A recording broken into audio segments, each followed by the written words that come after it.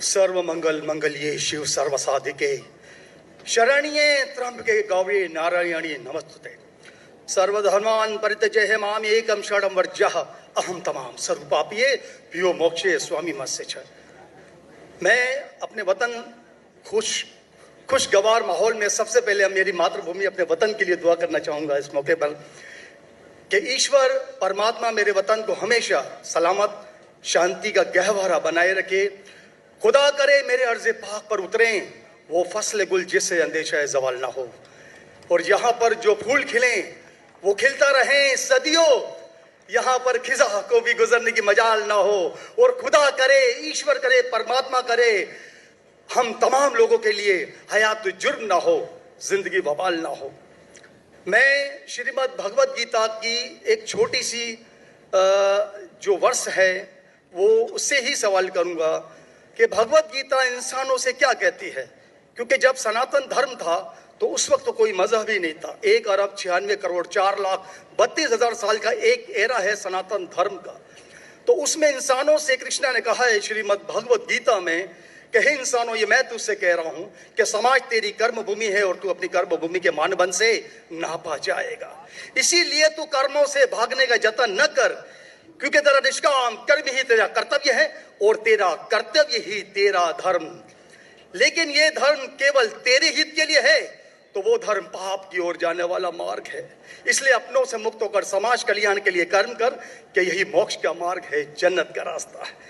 ये बताना इसलिए जरूरी था कि मेरा जो सवाल है वो हमारी इस वर्ष से है, इस श्लोक से है कि पूरी दुनिया में यहाँ तक कि मेडिटेरियन कंट्रीज में भी मजहब के नाम पर लोगों को मारा जा रहा है, और उसमें उस मजहब का जो मुल्क है वो भी बदनाम होता जा रहा है, बीच में मजहब रखा जाता है।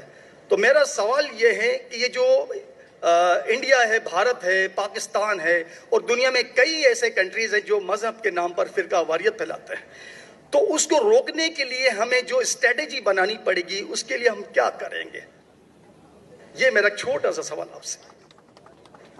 और मैं मेरा नाम बताना भूल गया, मुझे बताया कोऑर्डिनेटर ने कि मेरा नाम प्रोफेसर मनोज चौहान है। मैं पाकिस्तान का मजहबी स्कॉलर हूँ और सीनियर एजुकेशनिस्ट, गोल्ड मेडलिस्ट हूँ और सनातन धर्म का एक दाई हूँ। भाई साहब ने बहुत एक अहम सवाल पूछा कि हम देखते हैं कि मजहब के नाम पे काफी आपस में झगड़े होते हैं, एक दूसरे कत्ल होता है। इसका सलूशन क्या है? और मेरी तकरीर खत्म होने के बाद मुझे एक पैगाम आया हमारे गवर्नर साहब से और मुफ्ती अब्दुल रशीद साहब से कि आप कुछ चंद चीज कहो तकाबुल अध्ययन की, जो कंपैरेटिवली मेरी स्पेशलिटी है। तो भाई साहब ने जो सवाल किया वही चाहते थे हमारे मेजबान, हमारे गवर्नर साहब और मुफ्ती अब्दुल रशीद।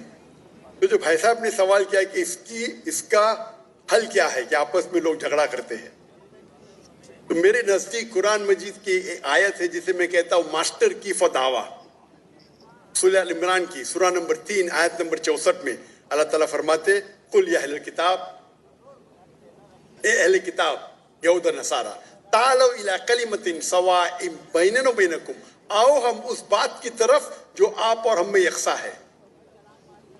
अल्लाह नअबुद इल्लल्लाह, कि हम सिर्फ एक अल्लाह की इबादत करें। यहाँ कुरान मजीद में अल्लाह सुब्हानहू व तआला इस आयत में फरमाते हैं, सूरह इमरान सूरह नंबर 3 आयत नंबर 64 में कुल या अहले किताब, को अहले किताब से एक